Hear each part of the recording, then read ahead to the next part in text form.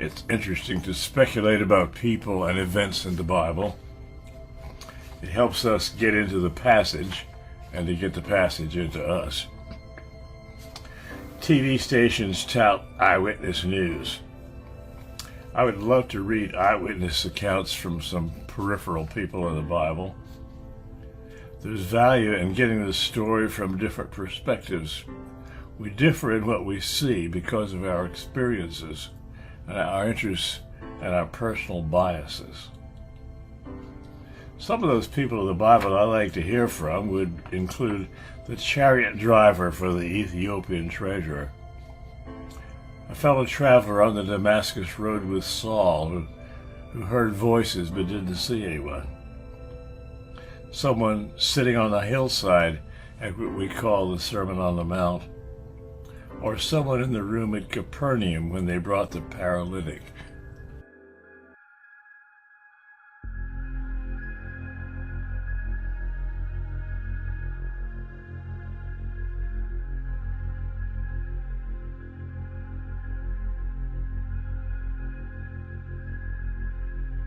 There's an account of this event in all four Gospels.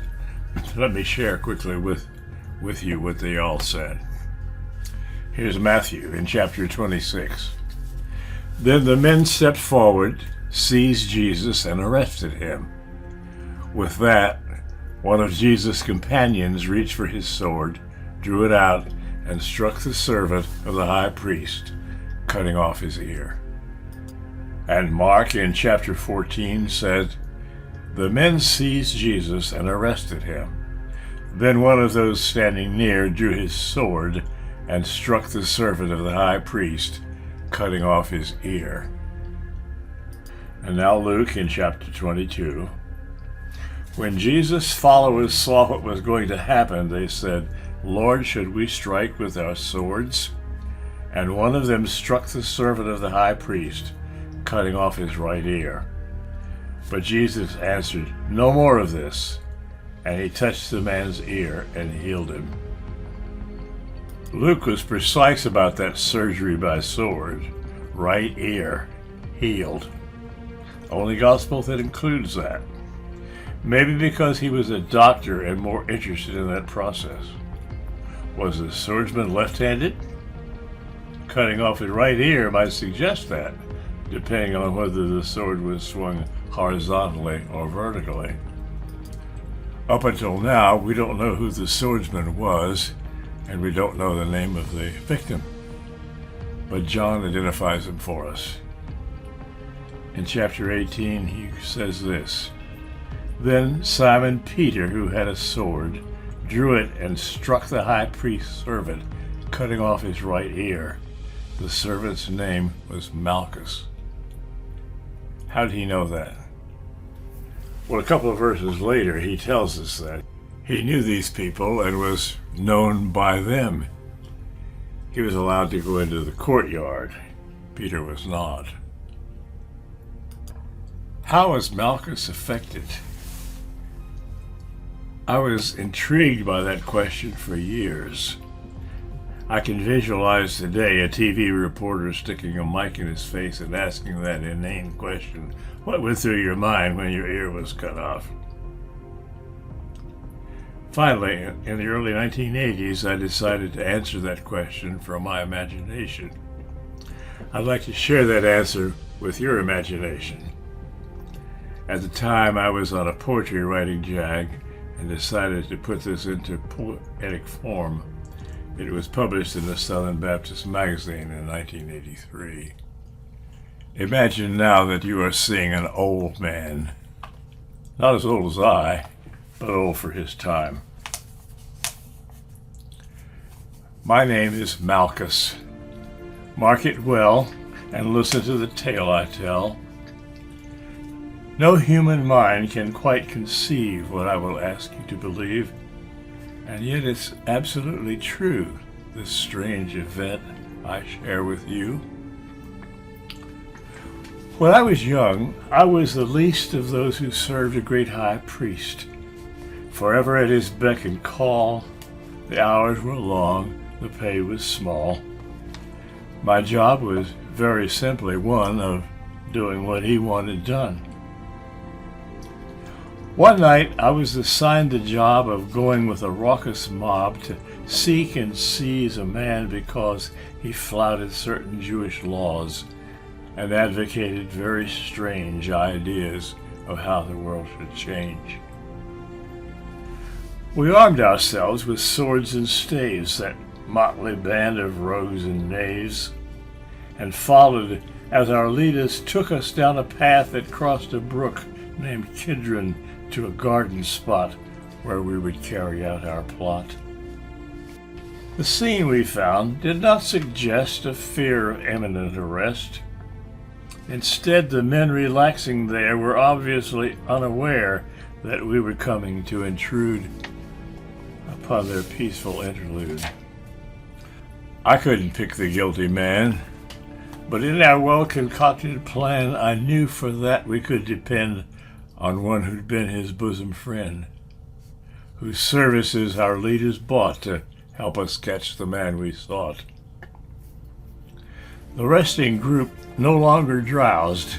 Our presence had them all roused, when one who seemed to lead the men stepped coolly toward us, and then the man who came along for this identified him with a kiss. The suspect, who had been betrayed, seemed very calm and unafraid, but one of his companions sprung up shouting, drew a sword and swung. With terror, I could plainly see that sword was being swung at me. Instinctively, I leaped aside, avoiding certain homicide. The blow that would have split my head glanced off the side of it instead. Though somewhat numbed, my addled brain was soon aware of piercing pain. I staggered slightly, not alert, and raised my hand to touch the hurt. As I perceived catastrophe, a wave of nausea sickened me. It wasn't that my blood was drawn. I realized my ear was gone. It's hard now for me to explain, but shock far overshadowed pain. Too scared to speak, too stunned to yell, my head spun round, I nearly fell, but then the oddest thing occurred. A strangely calming voice was heard. The prisoner, to me unnamed, rebuked the swordsman who had maimed me, saying, "Violence begets more violence and further threats." His gentle spirit thus revealed, he touched my wound, and I was healed. I really can't describe for you the process that my mind went through. As soon as he had touched the spot, I realized that I was not aware of hurting anymore or feeling dizzy as before. I put my hand upon my face and found that there was not a trace of blood still trickling from my ear. My heart began to pound as fear and foolish hope swept through my mind. I reached up, dreading what I'd find. Although today it's plain to see the joy that was in store for me, I cannot overemphasize the magnitude of that surprise. My ear precisely as before. In fact, it wasn't even sore. Not even now would I contend that I can fully comprehend the wonders of that strange event and everything it might have meant, but rapidly my mind inferred a miracle had just occurred. I tried to talk of that event with some of those with whom I went to do the high priest's work that night, but in the dim and fading light, they hadn't seen what I went through and couldn't think my story true. My brain was quickly overwrought with room for not a single thought except about that stranger who had touched my ear and psyche too. Who was this man, and how could he have had so much effect on me?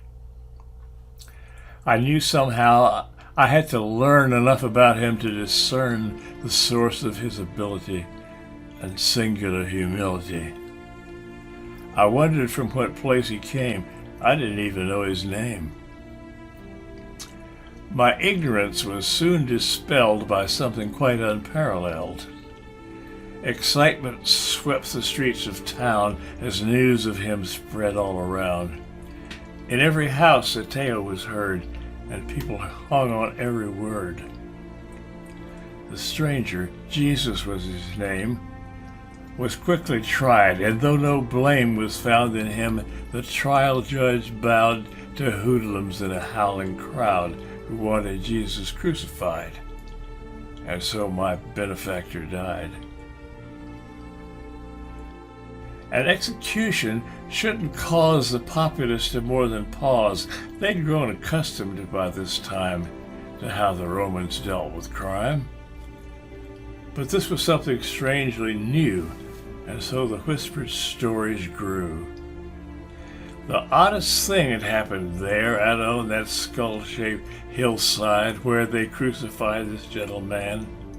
For soon the noonday sky began to be quite dark, as though the night would blot this tragedy from sight. In 3 hours they pronounced him dead, and only then the watchers said the clouds that had obscured the sun since Jesus' dying had begun departed to from whence they came to hide the heavens from their shame. No wonder every soul was stirred by these exciting things they heard. But something more was yet to be. The man who'd been so kind to me that night, who seemed so calm and brave, has somehow risen from his grave. Though almost overcome with awe, with clearer vision now I saw, he who had healed my wounded head and then had risen from the dead. By any name he might be termed, his deity had been confirmed. I felt myself quite strangely drawn, and so before the day was gone, I found some joyful people who were followers of his and knew enough of what he'd done and taught to share with me the truth I sought. With time, my understanding grew of him and what he'd come to do. His holiness, his power to save, were vouched for by that empty grave.